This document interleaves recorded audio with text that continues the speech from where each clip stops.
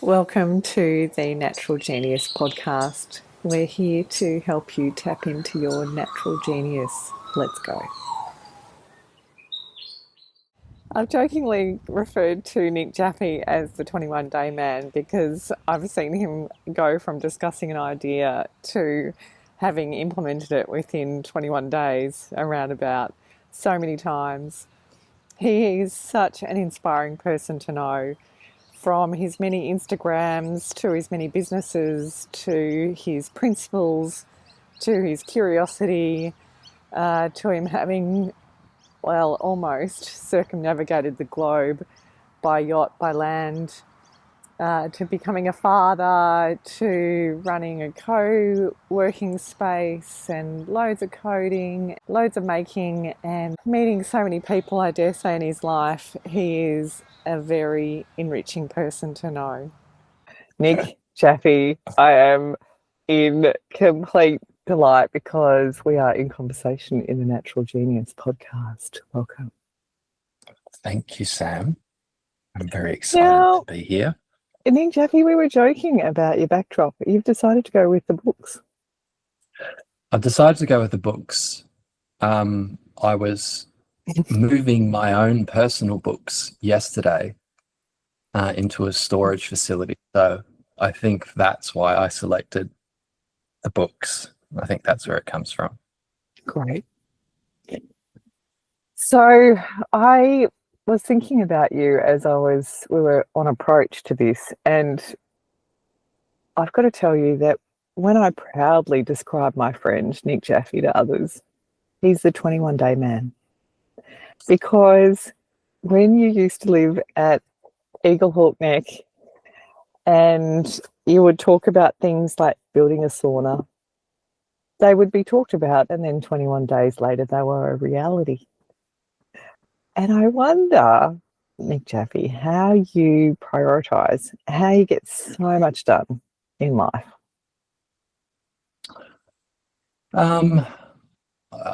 I honestly don't think there's any secret. I think it's just, like when I decide that I want to do something, it's just full commitment, and I'm prone to a lot of overthinking. So it may look like I just came up with the idea to build a sauna, but there was a lot more to it. So there's like this big process of like thinking about the thing, thinking about everything around it, like why do I want the sauna? How do I get the sauna? What's the sauna going to be made from? What type of heater am I going to use? How am I going to get the energy to the sauna to power it? Well, I can't do that. There's all of these different things that go into it. But then once the decision's made, like, okay, we're building the sauna, then it's sort of just like all in. And it's just, I think it's just a type of hyper focus, and I think, but the other thing I think is like about my life and my lifestyle, it's very much designed around having the freedom to be able to do the things that I really want to do. And so I think because of that, this idea of the 21 day thing is because I prioritize to have a certain amount of freedom in my life, I can action those things fairly quickly and hyper focus on them. Whereas if my life wasn't like that, it might, I'd have other distractions, I'd have other things to contend with. You know what I mean? So I think it's a combination of time management through prioritizing freedom in my life, and also then just sort of an ability to hyper focus. I think that's probably just those two things. And clear the decks. Yeah, to clear the decks, but also to already have the decks kind of cleared. You know what I mean? Like if your lifestyle sort of revolves around a sense of freedom and being able to use your time as you wish, that involves making sure your decks are always clear and ready to go, right? Like it's like sailing. You wonder why ships are so beautiful and polished and well maintained. It's not because the owner or the captain or the crew are like fastidious about visual perfection. It's literally about having the decks cleared and being prepared for the worst eventuality. Like, do you know what I mean? It's Mm. about when the bad weather comes or when something happens, that you can get down and fix the thing, and the things are clear and tidy, and things are visible. The engine is clean. You can see where the oil's coming from, like Mm. that's what it's actually about. So if we want to go into sailing metaphors, Oh, I think that we headed into there as soon as I said decks, but then that's it could have true. been music decks as well. True. True. Yep. I Indeed. don't know much about music decks, but a little bit about sailing decks. Let's keep this clean. Let's keep the decks clean. Let's keep talking about the right decks and prioritize. And Nick, when you look back on having achieved so much, what are you most proud of? What are the things that because you've lived in various places around the world, you've done programming in different places, you've been on boats and you've built tiny houses and you've wild surfed and you've got a beautiful boy and yeah, tell me. Yeah, I mean, having kids is the best, is the best. I don't want to say thing, but the best experience I've had for sure. And I think I've I wish I'd done it sooner, I think, in many ways. But at the same time, if I had have done it sooner, I don't think I would have done the other things. And I think I needed the other things to be able to Mm. enjoy being a dad as much as I do. I turned 45 this year, and I have sort of so many friends and peers and stuff that get to this age, and I don't want to use the word midlife crisis, but they talk about the things they wish they could do, but they can't, having a family. And Mm. there's a lot of restrictions on life in having a family. There is absolutely no doubt. Mm. Um, but for me, I'm totally okay with that, like that. And that comes from having been able to have the opportunity to do a lot of other cool and interesting things in my life. So yeah, I mean, kids at the top of the list. And then I've done cool things, sailing trips, and things like that. But I think the overarching thing is getting to 45 and still being able to do the things that I want to do, like to still lead an interesting life. I was really worried in my 20s. I think that the burden of life would just get to me, and I would be pressured into a lifestyle that I didn't Mm. want. And I guess the overarching thing is that that didn't happen. And sometimes even today, I get these little like panic attack, like, oh God, what if I get pressured into working for local council in the zoning department, and I'm like, um, and then I think to myself, well, I'm 45 and that hasn't happened. So like statistically, probably I'm going to be okay. Um, so yeah, that answers your Wow. question. Wow. In the zoning department, Nick. I mean, look, I've got nothing against zoning, but I just don't think that would interest me. And Nick that was the Jaffe and first thing. zoning. We're not doing that. How do you create that feeling of safety for others around you? Well, I mean, I'm quite a solitary person, I think. So safety for others around me. That's a good question. I mean, I guess the past 5 years in the family life, Mm. a lot of what I've a lot of what I've been doing is about, trying to build a beautiful and a special and a safe lifestyle for us all, and at the beginning of the family journey, as a family, we bought a sailing boat and and we sailed up the east coast of Australia, and that was actually really quite hard for me because I was so responsible for other people on the boat, you know, for my family on the boat.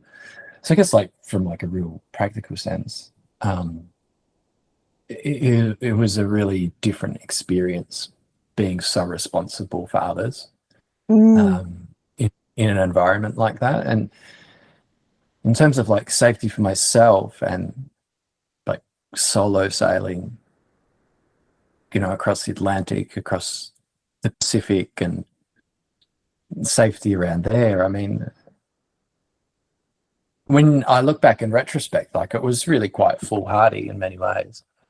Um, but it's not to say I was some type of thrill seeker. And I think, you know, I know a lot of people who have done a lot of risky things, and, you know, people, solo sailors, base jumpers, free divers, like, you know, all of these extreme things. And what I find is that all of these people actually are quite the opposite of thrill seekers. They're very calculating in what they're doing. They're very understanding of the risks. They're very risk tolerant though as well. But and for me and my sailing, even though it was quite a crazy thing to do, like staying alive was the top priority, right? You know? So yeah, in terms of risk, but I think in risk, I think in my personality, I also have like a high tolerance for suffering, and in risky endeavors, I think there, especially something like sailing versus base jumping, you know, like base jumping is probably like a 60-second risk, whereas sailing is a grinding risk, you know, of like sailing across the Atlantic for 30 days. So it's 30 days of risk, you know. So there has to be an ability to endure, you know, that period of risk. So yeah. So I guess, yeah, that in suffering is a little bit of my superpower, perhaps. I think at the start of that, you were talking about the responsibility sailing up the east coast of Australia. The sights you must have seen must have been so beautiful as well.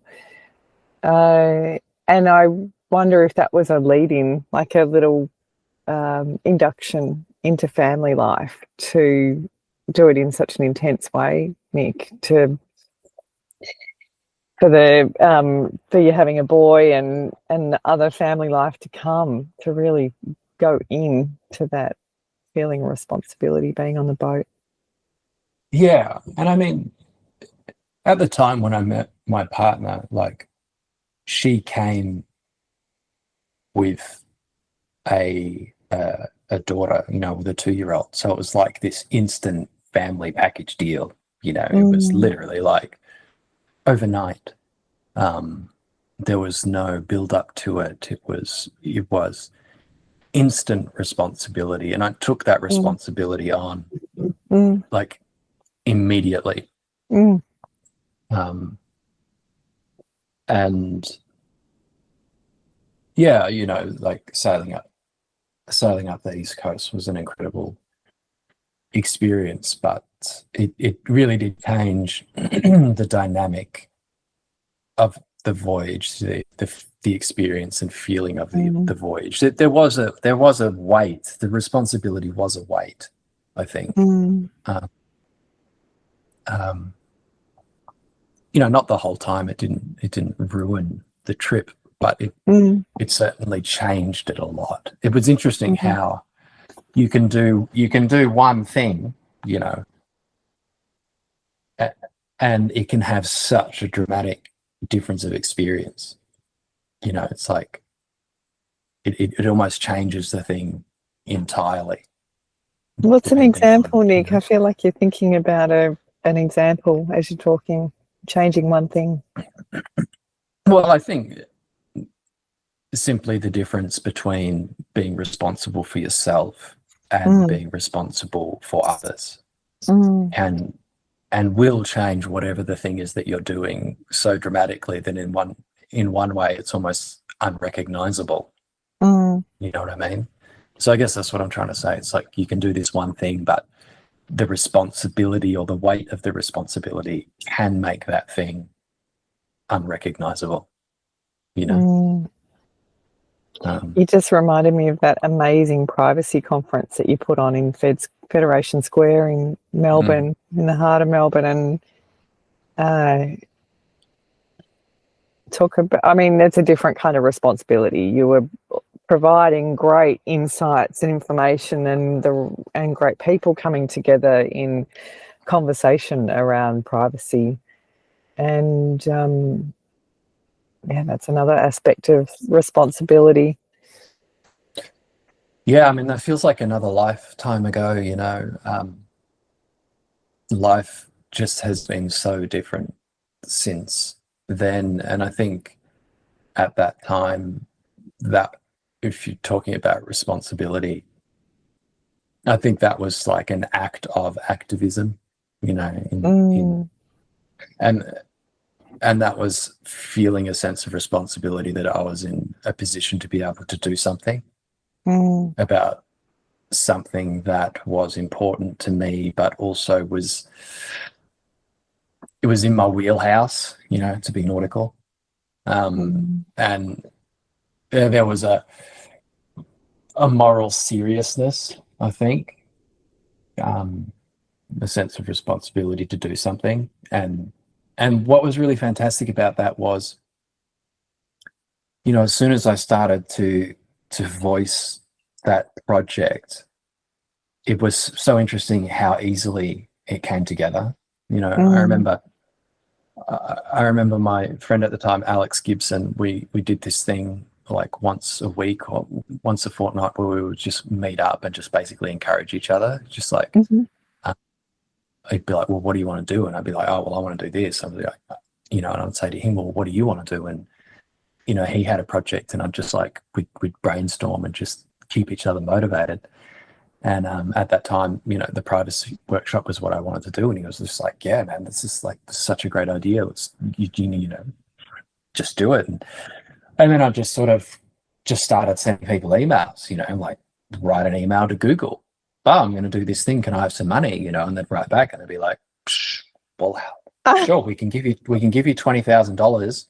If you need more than that, though, you're going to have to do this, you know. And I was just like, wow, okay. And then it would be, you know, in some ironic sense as well, like write Facebook an email, like, oh, I'm running a privacy workshop. Can I have some money? And they'd be like, sure, great. Here's $20,000, you know. And it was, it was really cool.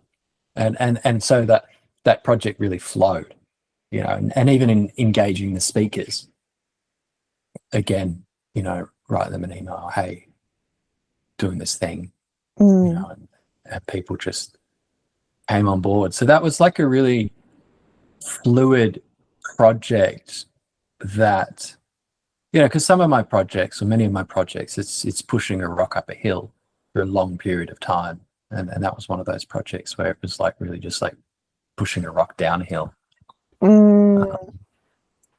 So That yeah, the venue, I remember the venue. It was just so mm, beautiful to be in a glass house, beautifully yeah, architecturally designed with yeah, gum trees around and people walking past, and then the foreground is clever lawyers and others talking about privacy and digital rights and personal digital rights. It was yeah, such a phenomenal day. I think it had such an impact on me and others.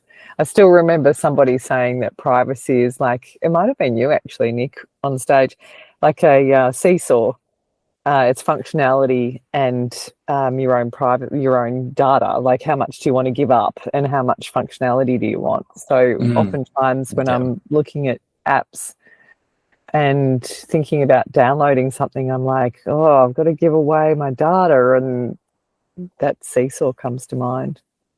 yeah. It's that compromise. It's like, well, Mm, what are you going to give up to get the thing? And that's a real it's a real tension point now, isn't it? Like, just even, you know, I feel like today it's a lot of compromise. It's constantly. I think, well, that's probably because we're so inundated with having to make decisions. You Mm. know, it's just like decisions are endless. You walk into the supermarket and there's 20 different tins of fish or whatever it is you're buying, and it's just like Mm. instant decision fatigue. And all of a sudden, Mm. you're pulling them off the shelf when you're trying to make a compromise. You're like, well, is this coming from Thailand? Is that better or worse Mm. than one coming from China? And it's like, well, there's Mm. no, that fish doesn't exist in China. So obviously it was caught out in the South Pacific. So does it really matter that it was canned in China or whether it was canned in Vietnam? Or like, it's just relentless. Mm. Um, so yeah, I think compromises are very prevalent in modern society, but I suppose they're connected to an overabundance of choice. Mm. This moment is about your natural genius. If there's a spark within you that wants to develop a lighter way, a clearer signal to achieve more, I'd like to work with you one-on-one. If you're after inspired direction in what you have to give, get in touch with me via our website, naturalgenius.com.au. Now back to the natural genius. As you were talking, I was also thinking about AI agents, and every now and then something that I'm entering, I'm just mindful that that is giving another aspect of my character. And then sometimes I'm just like, I need to get this thing done. It's just that I'm not even going to think about how much of my character is going into AI Yeah. agents and training. And then I've got this other sort of more systemic desire for goodness. And I'm like, that's okay. Get who I am into the system. And then I'm like, oh, I'm giving all the data away. I think that it's this, I mean, talk about decision fatigue. That's also uh, cognitive fatigue sometimes Mm. because there's so much going into it. And sometimes lovingly, when I'm buying something and I'm thinking, oh, the 50s, like integrity in different things. Like I didn't even live through those times, but I'm like, a fish that you didn't even have to think about because the fishmonger sorted all that out for you and you just Yeah. ate good fish. I wish for that sort of thing coming back again. Who knows? I think as humans, we kind of constantly, there's always the light in the dark. I was going to say we constantly improve, but I think in some respects we have to go to an extreme to then maybe go far back the other way and then meet in the middle somewhere. But tell me, I remember when we talked the other day, you were talking about eagle neck, and you were saying that I wanted to know what you love about wild surfing. I remember surfing with you in a 4-3 wetsuit, thinking I didn't even know that was a what is it, 5-3 or 5-2 thickness wetsuit. And before I came to visit you in Tassie, I didn't even know that there was such a thick wetsuit. Yeah, yeah. I think my wetsuit for surfing in the winters was like I think it was 6 millimeters around the chest, Is it? with a hood, and then it would, transition to maybe 3 in the arms or something like that. I can't remember. So it would, the core parts of the wetsuit would Wow. sort of, That's when you get into tailoring your wetsuit, is it? When you're wild yeah, surf. yeah, like custom tailored from Um, Savile Row in England or something. oh my gosh, But I've got to mention too, I do find those videos of people like icicles. Being a snow skier, sometimes I've looked at those surfing videos with the guys that are in like, I don't know, far in the north going surfing. And they are still so gleeful. But mm, anyway, I interrupted. Please tell that's me, we're because talking of thickness. they've got 8 millimeters in the chest. And 5 millimeters in the arm, so that it can still be joyful. But yeah, like I moved down to Eaglehawk Neck. I was living in Torquay, and and I decided I wanted to buy a house, and I moved down to Eagle Hawk Neck because of the surf and the remoteness and the access to nature and stuff like that. And it was, it was fantastic. I think one of the hardest things about moving to the area that I live in now is that I had to give up. I had to give up surfing because it's just unrealistic here. I mean, it's surfing in Tassie was always really quite a fickle endeavor. You really have a lot of time to drive around and check places and go to remote places. It's not something, like in Torquay, you could just wake up in the morning and have a look at the webcams and be, oh yeah, it looks good, I'd go for a surf or whatever. And it's very accessible and very easy. But Tassie's just it's a different thing. So when I moved over to this part of Tassie, I sort of rationalized it in my mind. I thought, oh, well, the sailing's fantastic over here. I'm going to go sailing instead.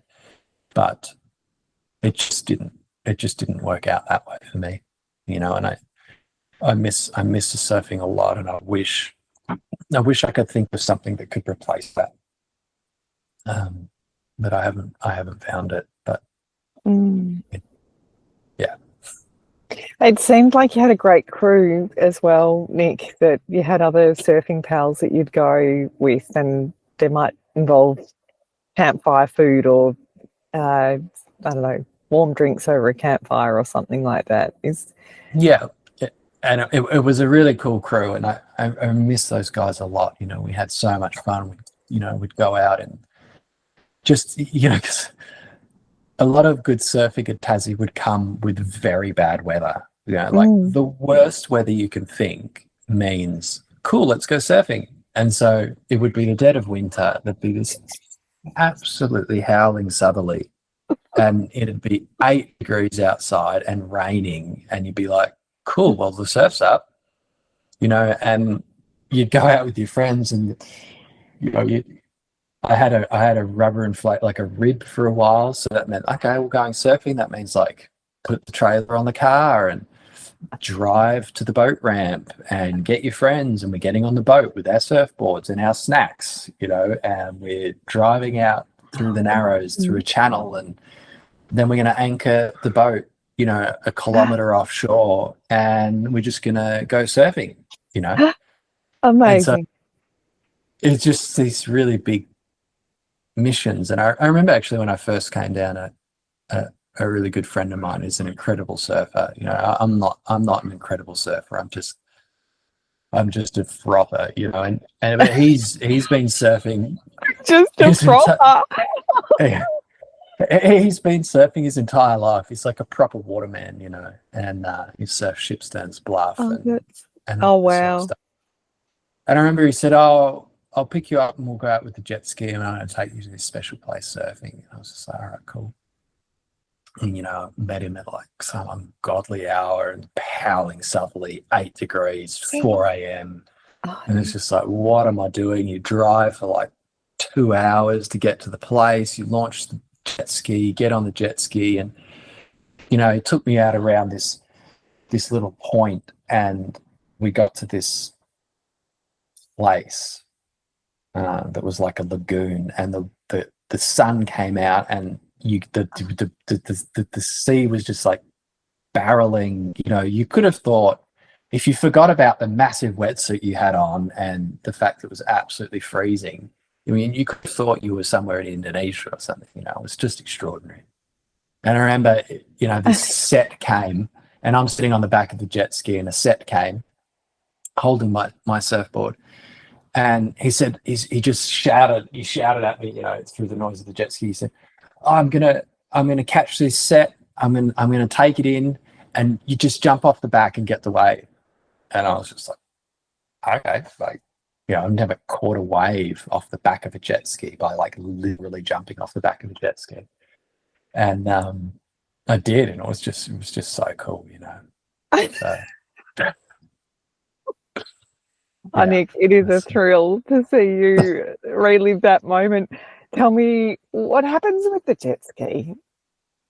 So in that case, actually, he nearly drowned with the jet ski, because he sort of he came in and he caught the wave with the ski to enable me to basically launch off the back Oh, and no and get way. the wave. So he's actually, the jet ski's fast enough to outrun the wave, but he's with the wave as well.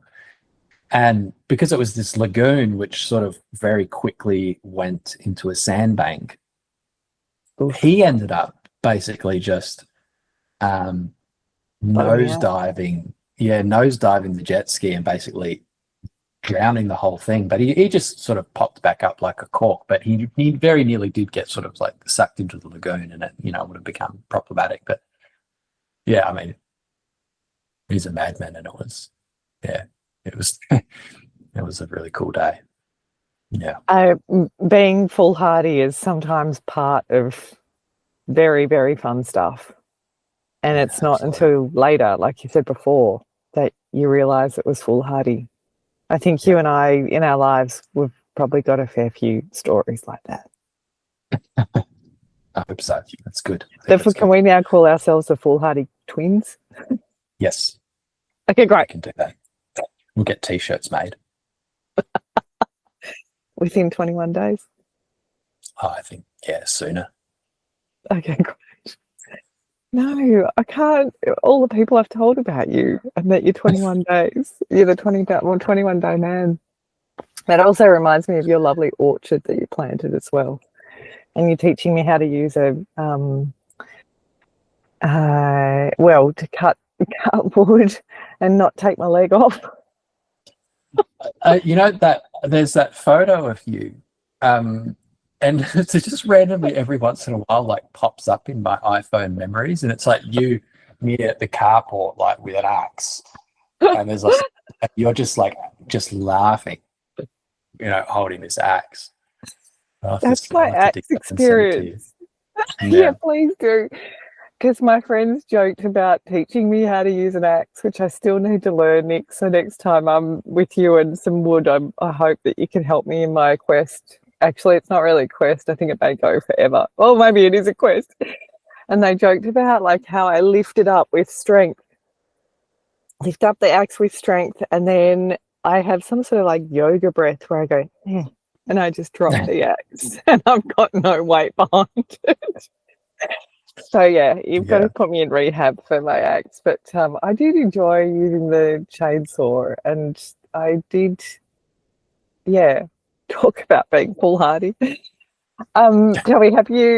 have you always been ready for opportunities? Because what you just described about those amazing wild surfing adventures, and as I said, other aspects or other stories I've heard of you, it sounds like you've had a lot of adventures and that you've always been ready for them. Maybe it's associated with freedom.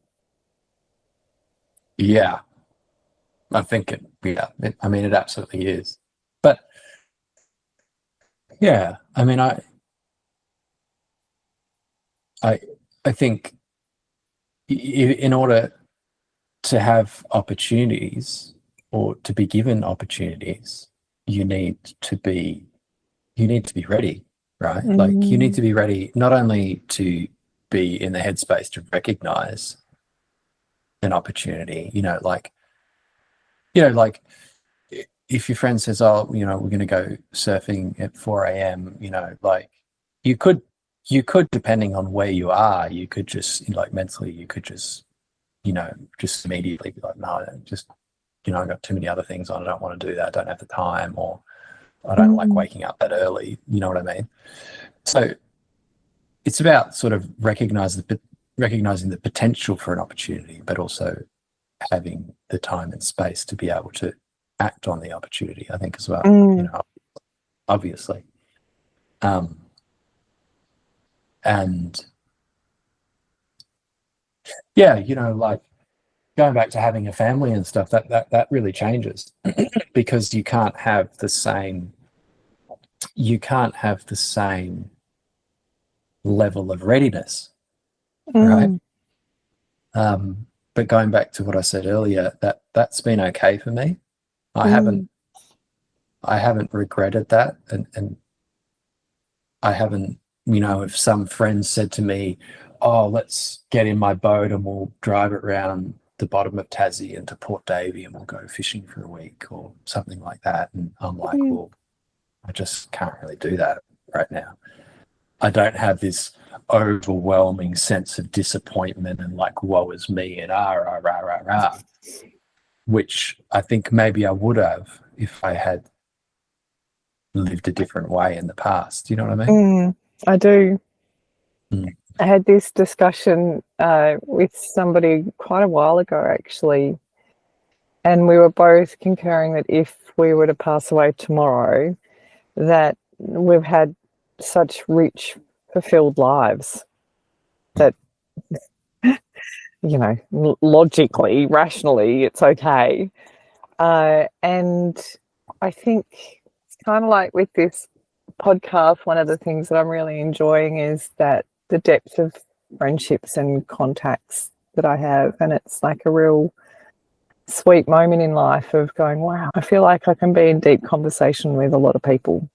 I wonder if that's what you experienced with being a father as well, that you had so many rich and deep experiences, Nick, so many memories that you could call on, maybe with fishing and maybe with a boat, maybe not down the south of Tassie, but maybe. So, and maybe, it could be many things. Love of your boy as well, that the priority is very firmly there. Yeah, I mean, it's definitely multifactorial for sure. But I'm just really lucky at the end of the day. Like I never really think about any of the things I've done or any of the opportunities I've had as really being much more than luck. You know, it's just like multifactorial luck. So yeah, I've just been really lucky. That puts me in a place today where I can just enjoy, you know, what it is that I have and what it is that I'm doing. Even though like literally today, I don't mean sort of like today is a general sense of time, but in a more literal sense, even though from a personal level, what I'm going through at the moment is definitely the hardest thing I've ever had to deal with. I'm still, you know, just a very lucky person, I suppose, you know. Oh, Nick, in this conversation, I'm so pleased that you said the word foolhardy. I feel like in taking advantage of opportunities and being open so that those can find you, and then having the experience of alignment like you were talking about with the privacy workshop and other initiatives that you've done. I'm sad for you that you're going through such a hard time, and also it's a life well lived. You've got to feel so proud of so many different things. And even like thinking about finishing your circumnavigation by truck going up Africa and then into Europe, and because that was stopped by the pandemic and the unawareness of what that might bring. And pausing it for a bit and thinking in the future, maybe you'll do it with your boy. It's like there's such wild, big ambitions that you put into practice. And I still remember you talking about scrubbing down the truck when you were in Perth so that it could go on a container, and then being able to follow the truck from Perth up through, and it went sort of east sometimes when it was meant to be going west, and it went north when it was meant to be going west. Then you've got some tracking car. Like, that's so wild. The mysteries of like containerized transport, like, you know, the efficiencies and economies of containerized transport, and you're sort of just like watching the Land Rover go, you know, it's like, wait a second, why are we going to Singapore when we're supposed to be going to Cape Town? You know, and it's just like, well, that was like the most economical route, you know, or whatever. Which is, that's pretty interesting. Talk about t-shirts. What are the things that you've learned in life that you never knew you would learn? That my Land Rover would go via Singapore to get to Cape Town. Yeah, exactly. Yeah, I mean, who knew?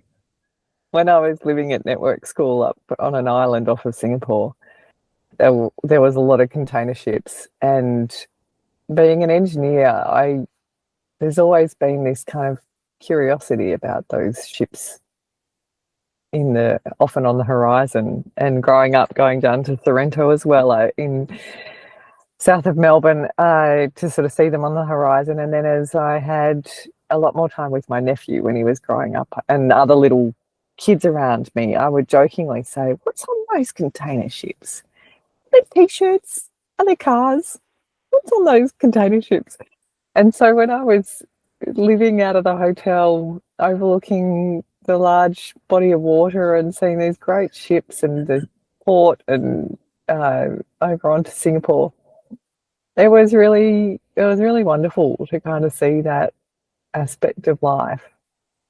Even in Melbourne, with the Docklands being such a sort of big part of the city, it's always interesting to see the goods coming in and the stacked containers and the way that an aspect of our life that helps us to live and be clothed.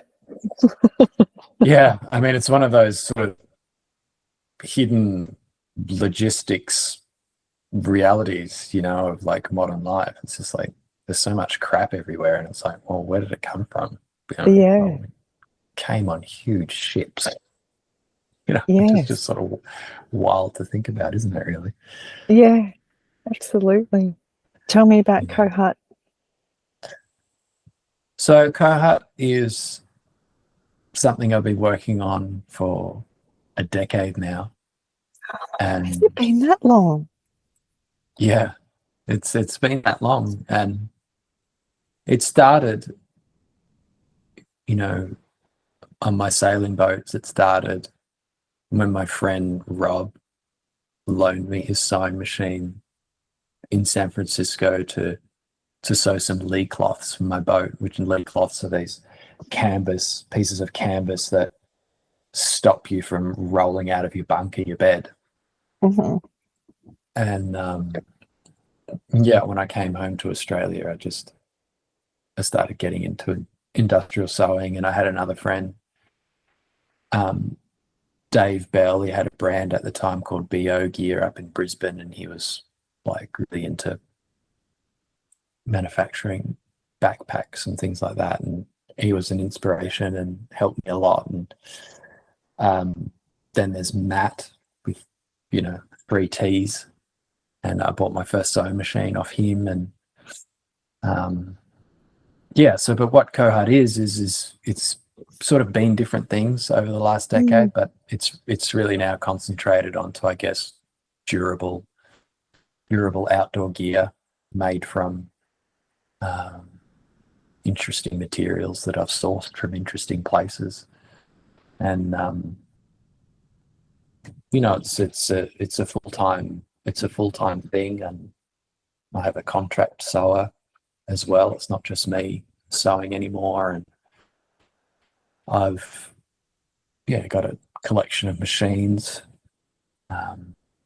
you know, and just have a lot of interest in machinery and processes, efficiencies, and that sort of stuff. So yeah, so I spend a lot of time in my workshop just working and thinking. Probably, yeah. Kohutt is me turning like caffeine and overthinking into, you know, like A durable profitable outdoor business. gear. And a profitable business. Yeah, let's just say that. It reminds me, I don't know whether this is on point. It reminds me of this fantastic article I read one time about these brothers in Italy that I think it was talking about heirloom products, like the jacket that you pass down to your son, that then he passes down to his son. And they were talking about this fabric that their heart just reached for. And it was the worst fabric to work with. It would shrink when it was washed. It would stretch in certain situations, maybe when it was being stitched in some parts or whatever. But they just loved this fabric. And it was this real ode to craftsmanship and putting heart into that. And I wonder, when you're in your workshop, Nick, like, do you, or even when you've sourced a piece of, or sourced some material of some description, what comes first? Is it the product and what you want to make, or is it picking up the fabric, and or is it the market sometimes? It's a combination of a lot of different things. I mean, Australia is really not the place to be for someone who really wants to make material things at a small scale. Like, Australia is very far away from any of the places that manufacture raw materials. Like living in Europe would make much more sense. There's still a lot of heirloom manufacturing going on in fabrics and materials there, and access to those is a lot easier.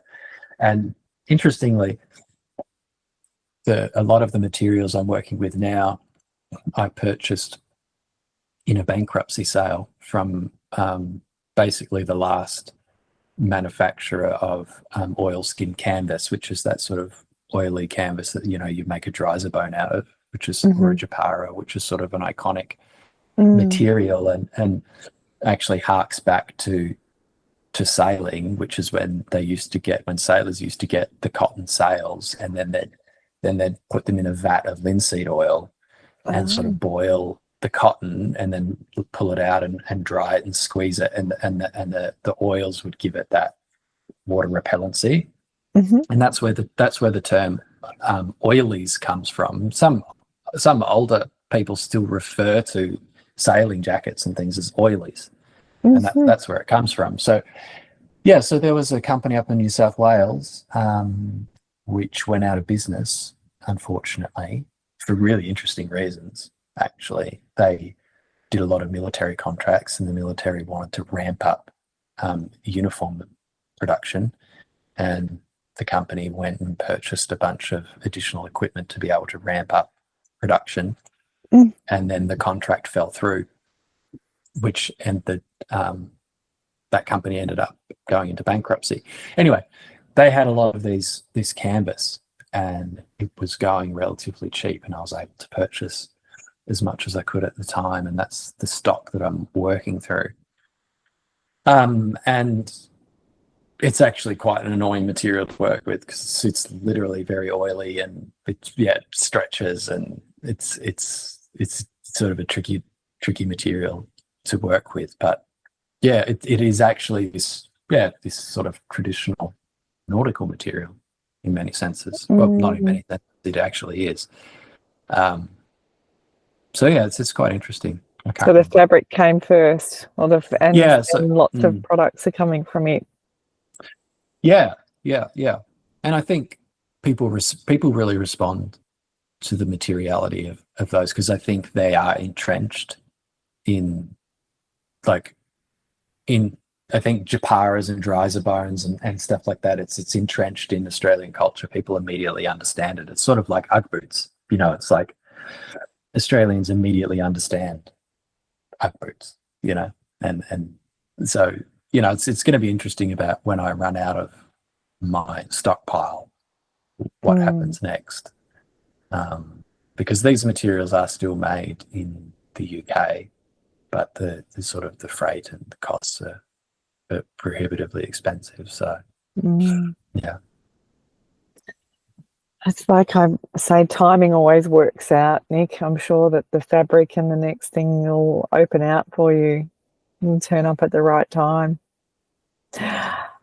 I wanted to say a big, big thank you, because you're one of the many people that has said, Sambel, you should start a podcast. Thank you, Nick. Yes, you're most welcome, and I'm glad that you started it, Sam. Thank you. And thank you for being on the Natural Genius podcast. Maybe I just needed to find a name. You could help me with that 10 years ago, Nick. Sorry. Thanks for listening to the Natural Genius podcast. Please share this with anyone who came to mind, and visit us at naturalgenius.com.au. Thanks so much.